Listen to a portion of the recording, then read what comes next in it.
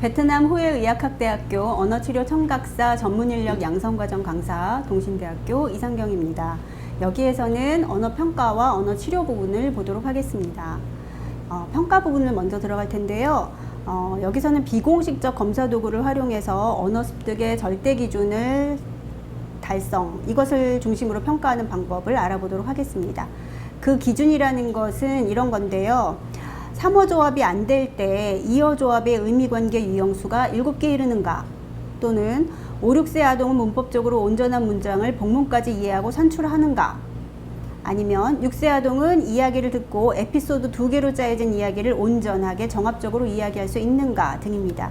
이처럼 목표 달성 여부에 따른 절대적 평가 방식을 준거 참조 평가 방식이라고 하며, 언어 표본 분석, 문장 따라하기 평가, 이야기 다시 말하기 평가 등의 방법이 있습니다. 먼저 언어 샘플은 아동의 평소 언어 수준을 평가하는 데 사용이 됩니다. 언어 샘플은 아동이 일상적으로 사용하는 대표적인 언어를 표집한 자료이기 때문입니다. 이것은 자연스러운 맥락에서 자발적인 표현 언어를 유도해서 발화를 하게 한 후에 이 자발적 발화 기준에 부합하지 않는 발화를 제외한 나머지 50개에서 100개 정도의 발화를 수집한 자료입니다. 이처럼 수집된 자료에서 의미론적 관계나 발화의 길이와 복잡성, 말 명료도, 대화 능력 등 언어의 구성 요소별로 아동의 언어를 분석할 수 있습니다. 이것이 유용한 이유는 아동의 언어를 인위적으로 분리하지 않고요. 구문적 능력이나 화형적 능력, 이런 것들을 따로따로 별도로 평가하지 않기 때문에 언어 발달 장애 아동이 가진 본래의 언어 능력을 잘 발휘하도록 한다는 점에서 이점이 있습니다. 언어 샘플을 수집하기 위해 아동으로부터 자발화를 유도하는 방법에는 자유놀이, 인터뷰 형식을 빌어서 하는 것, 그리고 이야기 말하기, 이렇게 세 가지가 있는데요. 자유놀이는 장난감을 활용을 해서 아동의 리드를 따라가며 발화를 유도하는 방법입니다. 인터뷰는 대화하는 형식인데 준비된 몇 가지 질문을 아동에게 한 다음에 대답을 요구를 합니다. 이야기 말하기는 대화할 때 우리가 그러잖아요. 자기 얘기 먼저 이렇게 들려주면 상대방이 그 얘기 듣고 자기의 경험도 같이 섞어서 얘기하고 그러잖아요. 그런 형식을 빌린 거거든요, 이게. 이때 치료사가 먼저 개인적인 이야기를 들려준 다음에 비슷한 경험이 있는지 묻는 거죠. 그러면 아동이 대답하는 것입니다. 각각 15분 정도 걸리고요. 먼저 자유놀이부터 보도록 할게요. 어떻게 하는 거냐면, 자유놀이에서는 이런 것들을 준비를 해야 돼요. 상징놀이를 할 수 있는 도구인데요. 인형이 들어가서 이렇게 활동을 할 수 있는, 여기 보면 인형이 보이실 거예요. 앉아서 TV 보고 있네요. 2층 집 공간을 왔다 갔다 조작할 수 있게끔 이런 게 필요하고요. 여러 가지 가구들도 필요하고 또 주방 용품들도 필요합니다. 그런 다음에 아동이 관심을 따라서 자연스러운 방식으로 놀이를 하면 됩니다. 만약에 아이가 조용히 가만히 있으면 치료사가 촉구를 해야겠죠. 말에 이럴 순 없으니까 다음에 무슨 일이 일어날까 하거나, 아이가 말없이 뭔가 조작하고 있으면 뭐 하고 있니? 이렇게 물어볼 수 있겠죠. 그 다음 인터뷰는 인터뷰 형식을 빌어 대화하는 것이라고 했잖아요. 그래서 치료사와 아동이 나란히 낮은 좌석의 테이블에 앉아서 대화를 시작하는 건데요. 이때는 이제 질문지, 요거 이따가 볼 텐데, 요 질문지를 보면서 인터뷰 형식으로 대화를 하는 거예요. 이때 인터뷰는 장난감 전화기 2대를 사용해 가지고 전화 대화의 형태를 취할 수가 있는데, 이런 형식을 취할 때 아동이 좀 더 이야기에 관심을, 이 상황에 더 관심을 가지고 대화에 응할 수가 있습니다. 전화기를 사용할 때는 아동에게 장난감 전화로 게임을 하자 이렇게 해요. 그리고 전화를 걸어서 대화하기 시작하죠. 인터뷰 주제별로 2~3개씩 질문을 하는데요. 여기서는 이제 대표적인 예로서 하나씩만 예시를 했습니다. 예를 들어서 이렇게 하는 거예요. 전화로 하는 거죠. 전화로. 나는 너에 대해 묻고 싶어. 이렇게 한 다음에 너 지금 어떤 옷을 입고 있니? 그러면 처음에는 대답하기가 쉽잖아요. 자기가 뭐 입고 있는지 보면서. 이렇게 대답하기 쉬운 것부터 시작해서 점차적으로 인터뷰가 진행됨에 따라서 난도를 높여갖고 이런 걸 물어볼 수 있습니다. 나는 네가 어떻게 놀이하는지 알고 싶어 라고 말한 다음에 말해줘. 숨바꼭질은 어떻게 하는 거야? 이렇게 질문하는 거죠. 그럼 이제 아이가 대화하듯이 전화기에 대고 이야기를 할 것입니다. 이렇게 해서 발화를 수집하는 방법이 하나가 있습니다. 그 다음 이야기 말하기에서 이것은 치료사가 개인적인 이야기를 먼저 들려줍니다. 자기가 마치 겪은 것처럼 생생하게 그렇게 들려준 다음에 아동한테 비슷한 일을 겪은 적이 있는지를 물어요. 뭐 있다고도 할 수도 있고 없다고도 할 수도 있잖아요. 그래서 이야기를 굉장히 짧게 들려줘요. 왜냐면 시간이 계속 없다고 하면은 시간만 가잖아요. 그 정도로 하고 들려준 예를 들어 이렇게 해요. 이야기 그림이 그려진 카드를 제시하면서 이런 아이가 조심하지 않으면 얘 좀 넘어지고 말겠다. 어떡하니? 이러면서 자기 얘기를 자연스럽게 시작하는 거죠. 나도 얼마 전에 넘어졌어. 내가 언덕을 너무 빨리 달려내려가서 언덕 아래에 다다랐을 때 도저히 멈출 수가 없었어. 그래서 넘어졌지. 무릎이 다쳐갖고 피가 났어. 너한테도 이런 일이 일어난 적 있니? 이렇게 얘기하는 겁니다. 그러면 뭐 자전거 타다 다친 얘기를 할 수도 있겠고, 넘어져서 피난 얘기, 아니면 팔이 부러진 얘기를 한다든지 뭐 그럴 수 있겠죠. 아이가 뭐 나는 그런 적 없어요 그러면 다른 이야기로 넘어가고 비슷한 일이 있었는지를 좀 유도를 해가지고 대화를 할 수 있게끔, 대답을 할 수 있게끔 합니다. 이와 같은 개인적인 이야기, 요거는 5, 6세 아동들에게 가장 인기 있는 이야기 유형이에요. 그래서 좀 길게 발화를 할 수 있는 아동들의 자발화를 수집할 때 매우 유용한 방법입니다. 이 이야기의 주제는 사실은 이렇게 나눠요. 기쁘고 즐거운 쾌의 정서, 슬프거나 화나는 등의 불쾌의 정서. 이거는 기억 방략을 사용해서 일화적 기억을 아이들은 이렇게 두 개로 나누어서 잘 기억하더라. 이런 어떤 그 원리를 이용한 거예요. 기쁜 것은 생일 파티, 설날, 산타클로스 선물 뭐 이런 것들을 주제로 하고요. 슬프고 안 좋은 거, 불쾌의 정서는 다치고 넘어지고 병 걸리고 싸우고 이런 것들을 주제로 이야기를 주고받으면 되겠습니다.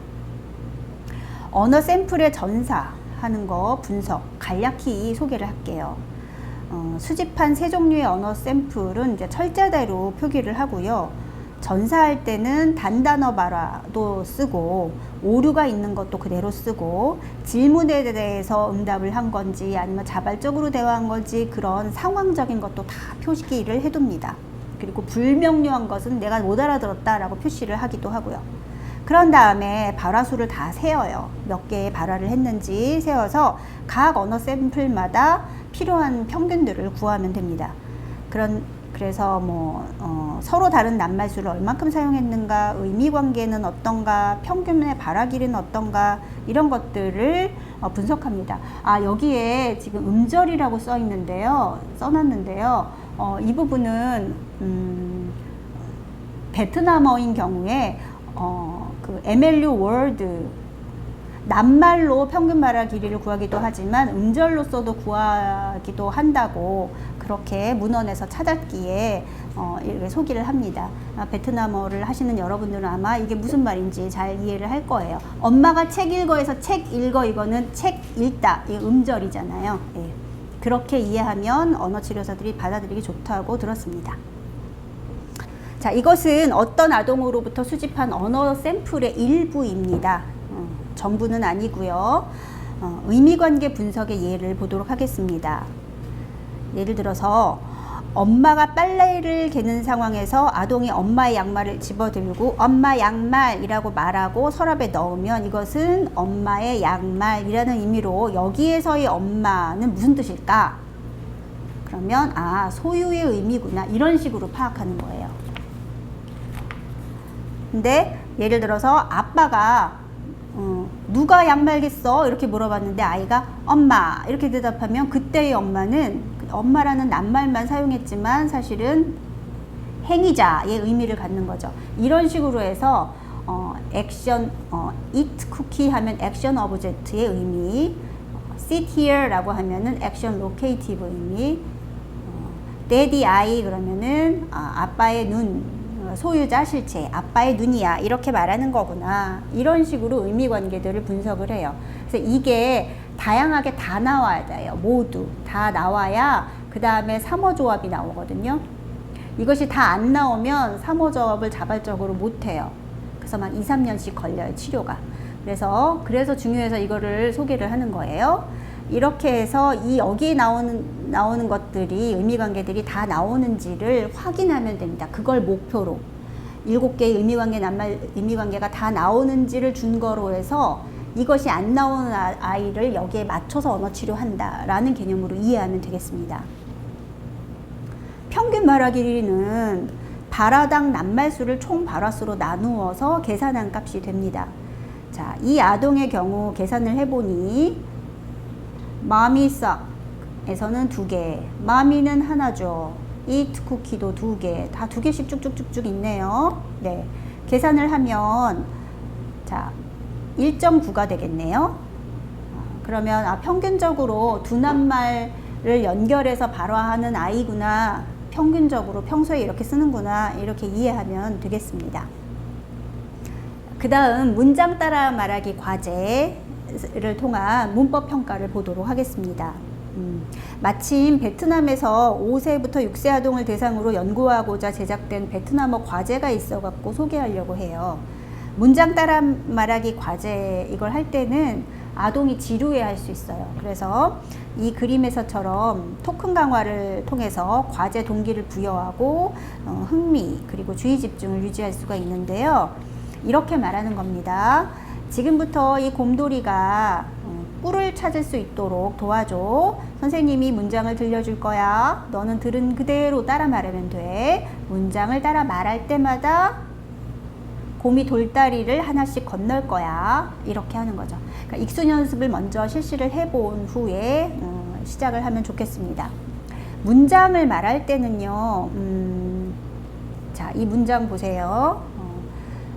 이것도 문장 자체를 잘 정제된 문장을 들려주는 게 중요하기 때문에 베트남어 예시를 갖고 왔는데요. 이걸 들려줄 때 너무 빠르거나 느리지 않은 속도로 자연스럽게 문장을 들려줍니다. 들려줄 때 이렇게 다양한 형태의 문법적인 형식을 갖춘 문장들을 각 형식별로 맞추어서 제시를 하면 됩니다. 자, 예를 들면 요거 학생들은 선생님에게 벌을 받았다. 이런 수동형 문장 듣고 따라하게 하는 거. 그 다음에 이건 본문이네요. 어제 산 강아지가 자고 있어요. 이것처럼 주격 관계절이 있는 문장. 이것을 그대로 따라 말하는지 적어요. 적고 나서 분석을 하는데요. 이제 이것은 오류 유형을 어떻게 나누냐면 생략 그리고 대치 도치 첨가하는 게 있는지 아니면은 비일관적으로 조음을 하고 있는지 이런 것들을 평가를 합니다. 분석을 합니다. 분석할 때 그대로 들려준 문장을 어떻게 했냐면 이렇게 따라 말했네요. 네, 단어를 빠뜨렸어요. 이런 경우 오미션 넣는 거죠. 여기 보면은 도치의 경우를 보니까 전혀 좀 뜻이 달라질 수 있는 그런 문제가 있어요. 그러니까 베트남어 같은 경우에는 어순이 매우 중요하기 때문에 이 부분을 좀 잘 살펴볼 필요가 있을 것 같아요. 여기에 나온 오류 형태는 정상발달 아동에게서도 조금씩 나타나는 것이긴 한데 이것을 여러분들이 이것을 분석하고서 해석을 할 때는 어떠한 유형이 많이 나타나는지 그리고 어떠한 그 단어나 어떠한 문법 형태소들이 빠져 있는지 그런 것들을 체크하면 그것을 목표로 치료할 수 있겠습니다. 자, 그 다음에 이야기 평가를 보도록 할게요. 조금 전에 자발어 수집할 때 이야기 말하기는 달라요. 여기에서는 이야기 능력 자체를 평가하는 거예요. 이야기 능력. 이야기 능력이라는 것은 이야기를 짜임새 있게 이야기에 필요한 각각의 구성 요소들을 잘 갖춰서 이야기하는가를 말하는 것이거든요.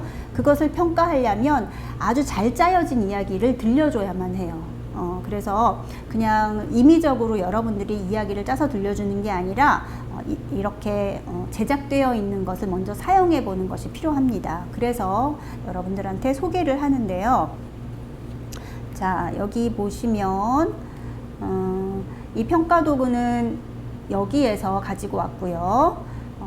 먼저 자료를 이렇게 준비를 해 두세요.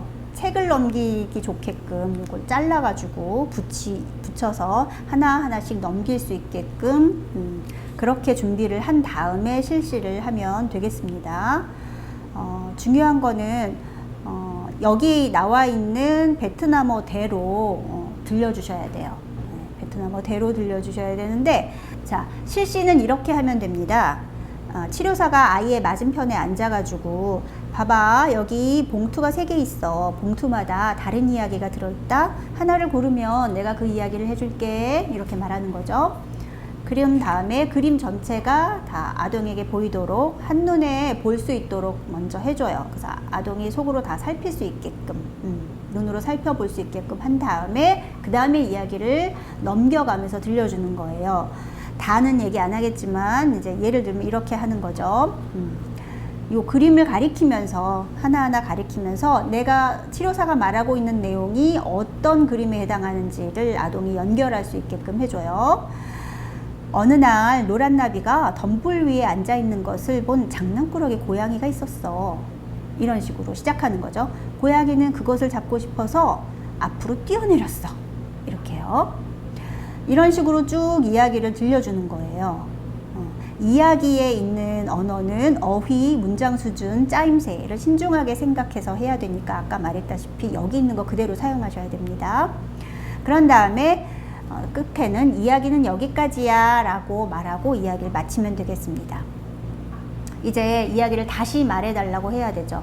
여기서는 왜 굳이 다시 말하라고 하느냐, 다시 말하지 않고 그냥 네가 말해봐 하기도 해요. 근데 다시 말하라고 했을 때 이야기의 복잡성이라든지 구조가 좀 더 잘 나오기 때문에 이것을 사용을 하는데요. 주의할 점은 들려준 치료사에게 다시 해봐 그러면 어떤 아동들은 화용적 기능이 발달한 아동들은 선생님 이미 다 아는데 뭐 라고 생각을 하고 많은 정보들을 생략해서 말을 할 수가 있어요. 따라서 뭐 엄마한테 얘기해보자 한다던가 아니면 여기에다 녹음을 해서 다른 친구한테 한번 들려줘 볼까 이렇게 제안을 하면 좀 더 많은 내용을 들을 수가 있습니다. 일단 아동이 이야기를 시작하면 계속해서 이야기를 이어갈 수 있도록 계속해봐, 좀 더 얘기해봐 등의 말로 촉구를 해볼 수가 있습니다. 아동이 이야기를 다 마쳤어요. 이제 끝이에요. 이렇게 표현을 하면 혹시 다 듣고 나서 잘못 표현된 부분이 있을 때 이해 질문을 치료사가 해볼 수가 있습니다. 그래서 이야기 이해 능력을 다시 한번 점검해 볼 수가 있어요. 그러니까 이해는 제대로 했지만 표현을 잘 못하는 경우도 있으니까 이해 질문을 활용을 하는 것이죠. 이 이야기에서는 소녀는 고양이가 생선을 먹고 배부른 것을 보고 기뻐했나요? 라고 물으면 많은 학년전 언어발달 장애 아동이 그래요 라고 대답을 하기도 합니다. 이렇게 확인을 해보면 좋겠습니다. 자, 아동의 이야기 능력은 이야기 구조화 수준을 분석함으로써 평가할 수가 있는데요. 지금 예시한 이 이야기는 3개의 에피소드로 이루어져 있어요. 이렇게 하나, 그 다음 거 하나, 그리고 그 다음 거 하나, 이렇게 3개의 에피소드로 이루어져 있는데요. 에피소드는 배경을 제외한 나머지 이것의 요소가 있어야 에피소드라고 할 수가 있어요. 그러니까 시작 사건, 그리고 목적, 시도, 그 시도의 결과, 그리고 그 반응들, 이것이 있어야 에피소드라고 하는 거예요. 그래서 이 경우에는 이 에피소드를 어떻게 분석하느냐 보니까 고양이가 뭐 호기심 많아요. 그리고 버터플라이를 보았어요. 이런 것들이 이야기가 이 에피소드가 시작되는 시점이죠. 그러한 문장이 나오면 그 문장을 이 뼈대에 맞춰가지고 적는 거예요. 또 아동의 발화에서 고양이는요 나비를 잡고 싶어 했어요. 거기 그러면 어디다 넣을까요? 찾아보세요. 아 여기구나. 목표에 넣으면 돼요. 이 인물, 여기에 나와 있는 캐릭터가 무엇을 지향하고 있는지, 어떤 행동을 하기로 결심을 했는지, 이런 것들이 목적이 돼요. 그 다음, 그래서 이 고양이가 점프, 뛰어 올랐어요. 뭐 이렇게 얘기하면은 그것은 시도가 되겠죠. 잡으려고. 이 목적을 위해서 시도한 행동이 되겠고, 그 다음에 그 결과로 실패했죠. 네, 뭐 넘어졌어요. 그럼 그게 아웃컴에 해당이 됩니다. 이런 식으로 각각의 뼈대에 맞춰서 아동이 한 발화들을 적어 넣는 거예요. 이 연습을 충분히 하면 아동이 이야기가 제대로 구조화됐는지 안 됐는지를 분석을 할 수가 있는 것입니다. 그리고 빠진 게 있다면 그거를 그 요소가 나오도록 치료하는 게 이야기 치료예요. 이 시간에는 얘기하지 못하지만 이런 식으로 해서 첫 번째, 두 번째 것들이 각각의 구성 요소에 어디에 해당하는가를 찾아가지고 적는 거예요. 여기에서 IST는 내적 상태에 대한 용어거든요. 그래서 내적 상태는 이렇게 기쁘지 않은 거, 뭐 기쁜 거, 만족하는 거, 안심하는 거, 뭐 이런 용어들이 나타나는지를 이렇게 보면 되겠어요. 고기능자폐라든지 SLI 아동들 잘 못해요. 이런 거 잘 못합니다. 안 나와요, 잘. 이렇게 보고요. 나머지 세 번째 에피소드도 똑같이 각각의 구성 요소의 이 뼈대에 맞는 언어 내용을 산출한 게 있으면 칸에다가 받아 적는 거예요. 네. 이렇게 해서 결국 뭘 하느냐, 구성 요소 제대로 갖추면 이야기가 구조적으로 잘 짜임새 있게 산출되었다라고 보는 거라 그랬잖아요. 보면 가장 제일 잘한 건 뭐냐면 이거요. 목표, goal이랑 A, attempt, 그리고 outcome, 이 세 가지가 함께 나오는 것이 이제 완전한 에피소드에 속할 수가 있겠죠.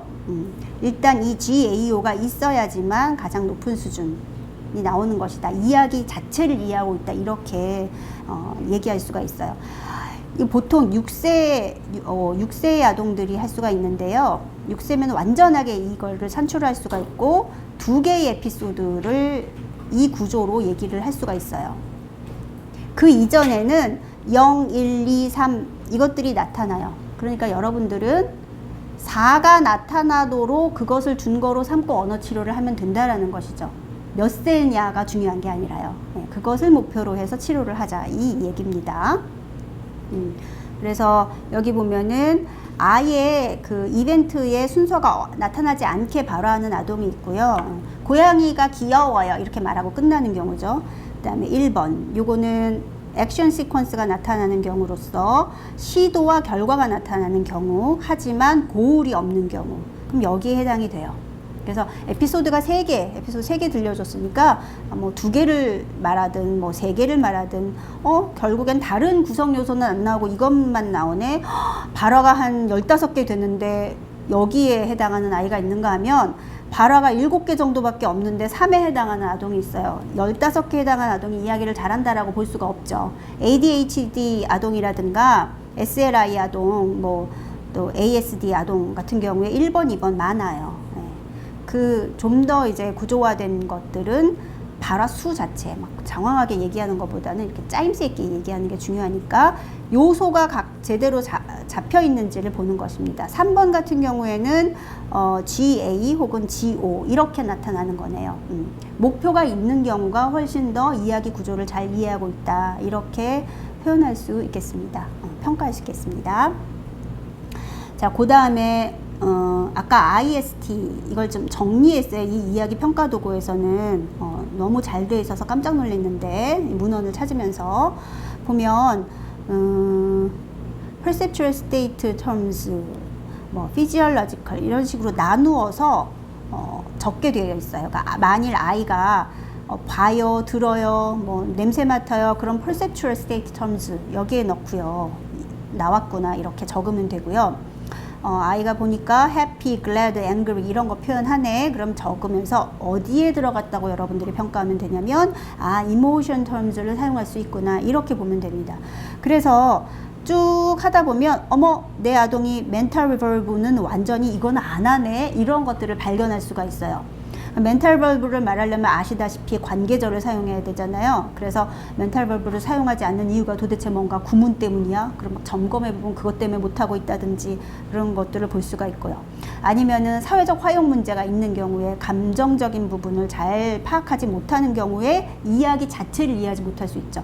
그런 경우에는 이모션 텀스 이런 것들을 이해하기 좋게 인과관계들, 사건과 뭐 넘어졌어요. 그래서 막 울었어요. 선물을 못 받았어요. 슬펐어요. 이런 인과관계들을 좀 더 풍부하게 만들어 놓고 다시 이야기로 돌아와서 점검하면은 이야기를 잘 이해할 수 있나 이렇게 해볼 수 있고, 이야기 치료 자체도 해야 돼요. 이야기 구성 요소에 맞춰서 이야기할 수 있는 치료를 해야 합니다. 정말 알려드리고 싶은데 시간상 안 되네요.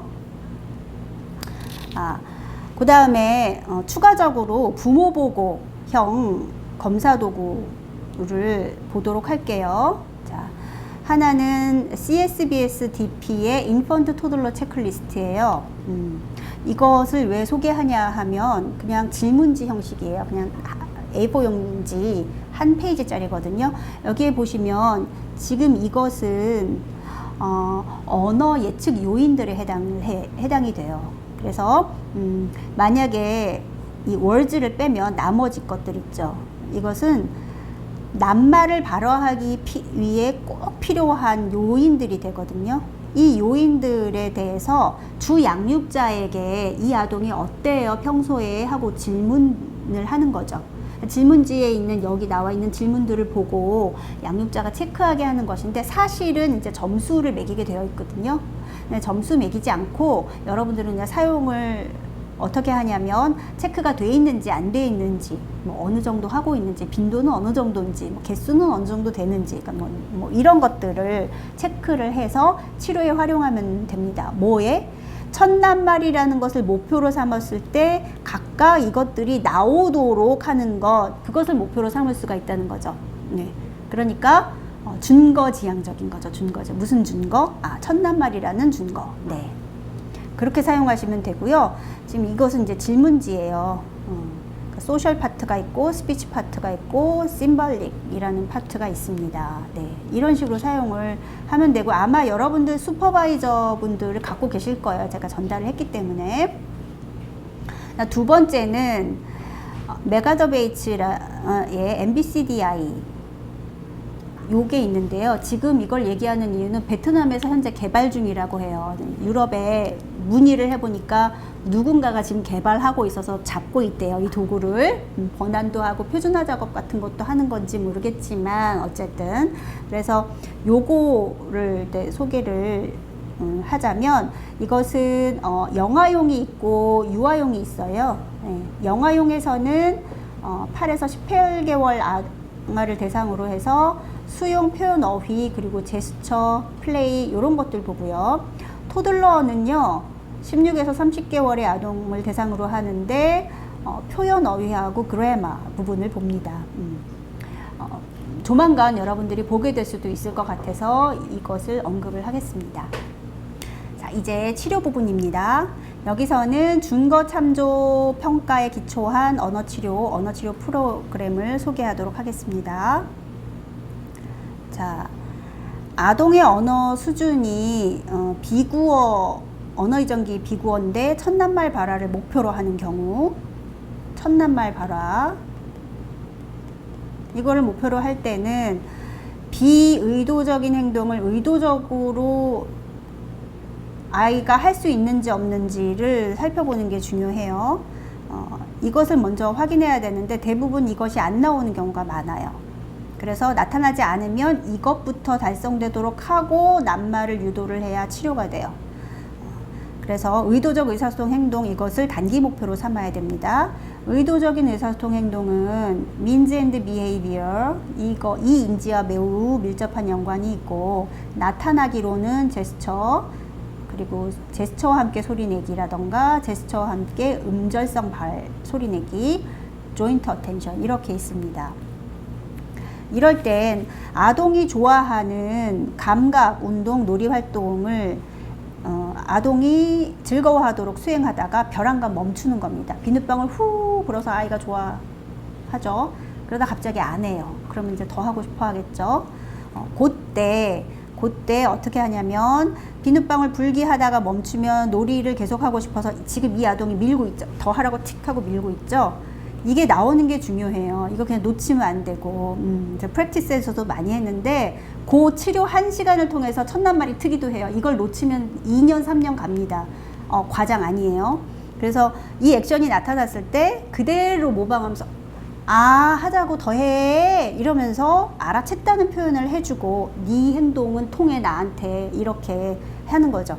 그 다음에 하고 부는 모양을 제스처를 하면서 더이 하고 얘기하는 거예요. 이렇게 들려주고 싶은 말을 하는 거죠. 이것이 이제 반복이 되면 아이가 자기 액션이 원인 행동이 돼서 후 하고 불어주는 결과 행동이 나타나는구나. 이것이 형성이 되면 이제 목적, 저것이 비눗방울이 나와야 돼 라는 목적을 향한 자신의 시선 방향, 이런 것들이 자연스럽게 치료사와 중첩이 됨으로써 함께 볼 수가 있어요. 수단이랑 목적을 번갈아 가면서 잘 못 봐요, 아이들이요. 그래서 그것을 이용할 수 있는, 그러니까 잘 볼 수 있도록 할 수 있는 그런 활동이 돼서 제가 항상 이 예를 듭니다. 네. 이때 치료사는 아동이 액션을 알아챘다는 반응, 그런 것들을 잠시 지연시킨 다음에 아동으로 하여금 제스처나 소리 내기를 하도록 유도를 할 수가 있습니다. 그러면 아이가 더이 다 못해도 더 이렇게 할 수도 있고 이런 식으로 표현을 바꿀 수도 있어요. 그래도 알아채야 돼요. 조금씩 변경해 가면서 approximation, 점진적으로 접근해 가지고 더이를 바로 할 수 있도록 그렇게 유도하는 거예요. 아니면 아이가 멍하고 비눗방울의 일부를 말할 수도 있거든요. 그러면 사물 요구하기인가 하고 비눗방울 불어서 아이 손에다 올려줄 수도 있는 겁니다. 그런 식으로 해서 너가 말한 것의 결과가 이것이야 라고 깨달을 수 있도록 해서 그걸 기억하고 일관적으로 그 소리를 산출할 수 있도록 그렇게 돕는 거죠. 여기까지 얘기가 되는 것 같아요. 일관적으로 그 소리가 점차적으로 산출될 수 있게끔 하는 겁니다. 그러려면은 지금 이 상황에서는 프로토월즈를 목표로 하네요. 프로토월즈. 일관적인 그 말소리 연쇄 형태로 산출할 수 있도록 돕기 위해서는 이렇게 만약에 아이가 모방 능력이 없으면 선생님이 그 비눗방울에서 더이 할 때 토라든가 뭐 후후라든가 다르게 변경하기가 어려워요. 그러면 다른 활동에서 그러한 이미테이션 어빌리티를 증가시키는 활동들을 하는 것이 필요합니다. 거울을 보고서 선생님이 즐겁게 춤을 추다가 그대로 멈춰라 이런 거 딱 멈추는 행동을 같이 해본다든지 이런 그 모방 활동들을 제스처라든가 멈춰라 해서 야 이런 식으로 따라하기를 한다든지 이런 활동들을 통해서 모방 능력을 점차적으로 증가시켜 갖고 다시 비눗방울 불기로 가면 토에서 토 이거를 따라할 수가 있게 되거나 그럴 수 있습니다. 첫낱말이 두어 개 산출되지만 자발적인 표현 어휘수가 늘지 않는 경우에는 낱말 50개 증가를 목표로 해요. 그러니까 몇 살이냐가 중요한 게 아니라 이걸 목표로 해서 점차적으로 언어 치료를 통해서 그 목표에 도달이 되도록 하는 건데요. 목표 낱말을 선정할 때 먼저 의미론적인 영역에서 고빈도로 들은 낱말, 만지고 조작 가능한 사물의 이름, 아동이 좋아하는 사물의 이름 이런 것들을 고려합니다. 의문론적인 영역에서는 아동이 발음하기 쉬운 초기 발달 음소가 포함된 낱말을 고려하면 되겠고요.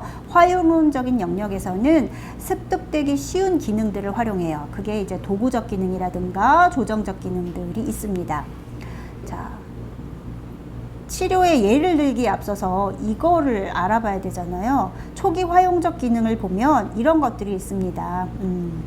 도구적 기능은 원해요, 주세요 같은 거예요. 물건 요구하기 기능 같은 거.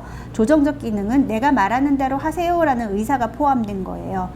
가령 no 그러면은 그거 하지 마라는 의미로 얘기하는 거죠. 그 다음에 상호작용적 기능은 다른 사람과 상호작용하기 위한 의사소통 행동이에요. 인사하는 거, 빠이빠이 하는 거, 말은 안 하더라도 이런 행동하는 것들도 다 들어갑니다. 그 다음에 퍼스널 펑션은 자신의 감정, 태도, 느낌 이런 것들, 태도, 흥미 이런 거를 표현하는 거예요. 자기 여기 있다라고 표현하는 거라서 뭐 먹으면서 냠냠 이런 것들이 이제 여기에 해당해요. 기능이 말이 아니더라도 언어적으로 안 하더라도요. 가상적 기능, 이미지너티드 펑션 이런 것들이 쭉 있습니다. 그래서 다시 여기로 돌아와서 각 영역에서 고려한 낱말들을 이 활용을 해서 표현할 수 있게끔 예로 들자면 뭐 일상에서 잘 안 나오는 맨날 먹는 게 뭐가 있을까요? 반미 같은 거 많이 먹나요? 베트남에서 포도는 아니겠죠. 그러면 그건 제외하고 자주 듣고 발음하기 쉬운가? 반미에서 바는 양수음이니까 말하기 좀 쉬울 것도 같네요. 그럼 이걸 목표 낱말로 선정할 수 있다는 것입니다. 그리고 이것을 어떤 상황에서 말하도록 하는 게 좋을까요? 활용을 해서 뭐 반미를 달라고 하는 상황을 만들어서 이것을 바로 할 수 있게끔 하는 여건을 조성을 하는 것이죠. 이렇게 하되 발달 맥락 조금 전에 봤었잖아요. 어떤 발달 맥락을 활용을 하냐면 오토 심발릭, 싱글 스kim 이 두 가지, 그리고 펑셔널 플레이 이 상황을 만들어서 자연스럽게 놀이하듯이 언어 자극을 주면서 치료를 할 수가 있겠어요. 언어 자극 어떻게 주냐면요. 반미가 목표면 반미를 피벗 월드로 두고 여기에다가 eat, yummy, more 이런 단어들을 붙이게끔 하는 거예요. 그래서 여기서는 길게 말을 하면 안 돼요. 간단하게 eat 반미, yummy 반미, more 반미 이렇게 이제 얘기를 하는 거죠. 근데 이때는 너무 그냥 언어 자극을 계속 기계처럼 주시면 안 되고요. 상황에 맞춰서 나 반미 먹는다 이렇게 표현하기도 하고 셀프 토크죠. 선생님이 하는 바라 행동하는 거 반미 맛있다 이런 셀프 토크를 사용하거나 아니면 아동은 지금 말 못하니까 아동이 말할 법한 지금 상황에서 할 법한 발화들 반미 맛있어요 이런 거 반미 더 주세요 반미 더 이렇게 짧게 해주는 게 좋아요. 뭐 이렇게 존칭, 존대어 이런 거 생각하지 마시고 두 낱말, 세 낱말로 짧게 해서 반복적으로 들려주는 거 오디토리 범버드먼트를 주는 게 굉장히 중요합니다. 그래서 이 기법을 사용하면 좋을 것 같습니다. 좋을 것 같은 게 아니라요. 그러면 잘 됩니다. 그 다음에 목표가 2어 조합이고 조금 활발하게 많이 안 나오고 3어 조합은 안 나타난다. 그런 경우에는 준거가 7개의 의미관계들이 나타나는지 발화에 걸쳐서 그것을 목표로 삼아야 된다 그랬잖아요. 그래서 이렇게 쭉 만들어 놓고 의미관계들을 목표 언어들을 설정을 해 놓고 이 목표 언어들이 어떤 상황에서 이런 발달 맥락 상황에서 심볼릭 플레이 하는 상황에서 나올 수 있도록 언어 자극을 하고요. 때로는 퍼즐 같은 거 사용해서 뭐 토끼 퍼즐 그러면은 토끼의 꼬리, 토끼 꼬리 그러면은 부분 전체이면서 소유자 소유 이런 관계들을 나타낼 수가 있겠죠. 예. 그런 그 두 낱말 의미 관계들도 표현해 볼 수가 있겠고 보드게임 나이 많은 아이들은 이제 보드게임을 좋아하기도 하기 때문에 나이는 많지만 두 낱말이 잘 안 나올 수 있잖아요. 그런 경우에 보드게임 같은 걸 활용을 해서 꼭 그 말을 할 필요가 해야만 하는 상황을 만들어 주는 거 이것이 중요합니다. 이렇게 하고요. 그 다음으로 이거는 스크립트를 활용한 언어치료 프로그램에 해당하는 건데요. 예를 들면 이런 상황이죠. 두세 낱말의 문장 발화를 하기는 하는데 활발하게는 안 나오고 세 낱말도 다 완전하게 나오지도 않고 그리고 두 낱말 의미관계도 많지도 않을 뿐더러 화용도 그렇게 좋지가 않다. 그러면 이제 이벤트 날리지를 사용해서 언어 치료를 각본처럼 제공합니다. 거기에 해당하는 거거든요. 이렇게 하는 거예요. 예를 들어 생일 축하하는 거다. 케이크로. 그런 상황이라는 게 이벤트 날리지가 있을 거예요. 그러면은 이것을 아동이 알고 있어야 돼요. 아동이 알고 있다라는 인지를 활용을 해서 선생님이 하는 말들을 예측할 수 있게 함으로 해서 그 언어 작업들을 잘 흡수하게 한다라는 그런 원리거든요. 그래서 하위 행동들 중에는 성냥으로 초에 불을 붙이는 거 그리고 칼로 자르는 거 이런 행동들을 정해 놓고 유도하는 질문들을 한 후에 목표로 하는 언어들을 이렇게 설정을 해둔 다음에 아동이 발화하게끔 하거나 들려주거나 그렇게 하면 됩니다. 그래서 light a fire 그러면은 semantic relation이 어떻게 되는지, 그리고 pragmatic function이 어떻게 되는지 미리 다 계획을 해놓고 아동으로 하여금 이 행동을 하는 상황에서 이것이 나오도록 그렇게 유도를 하는 것입니다. 주의할 점, 아동이 아는 이벤트 난리지를 사용해야 한다는 것입니다. 자, 지금까지 본 게 reciprocal interaction, milieu language intervention 이거 다 용어는 사용하지 않았지만 다 사례로서 지금 보여드린 거거든요. 그리고 symbolic play도 스크립트도 다 살펴봤어요. 근데 word finding이랑 intervention, referential communication intervention, narrative intervention 이 세 가지는 살펴보지를 못했는데요. 이거는 좀 더 나이 든 아동에게 사용하는 것이고요. 당장은 이것이 필요할 것이라고 생각을 해서 여기에 시간을 들여서 좀 더 여러분들한테 보여주려고 노력을 했습니다. 네, 이것으로 강의를 다 마치도록 하겠습니다. 감사합니다.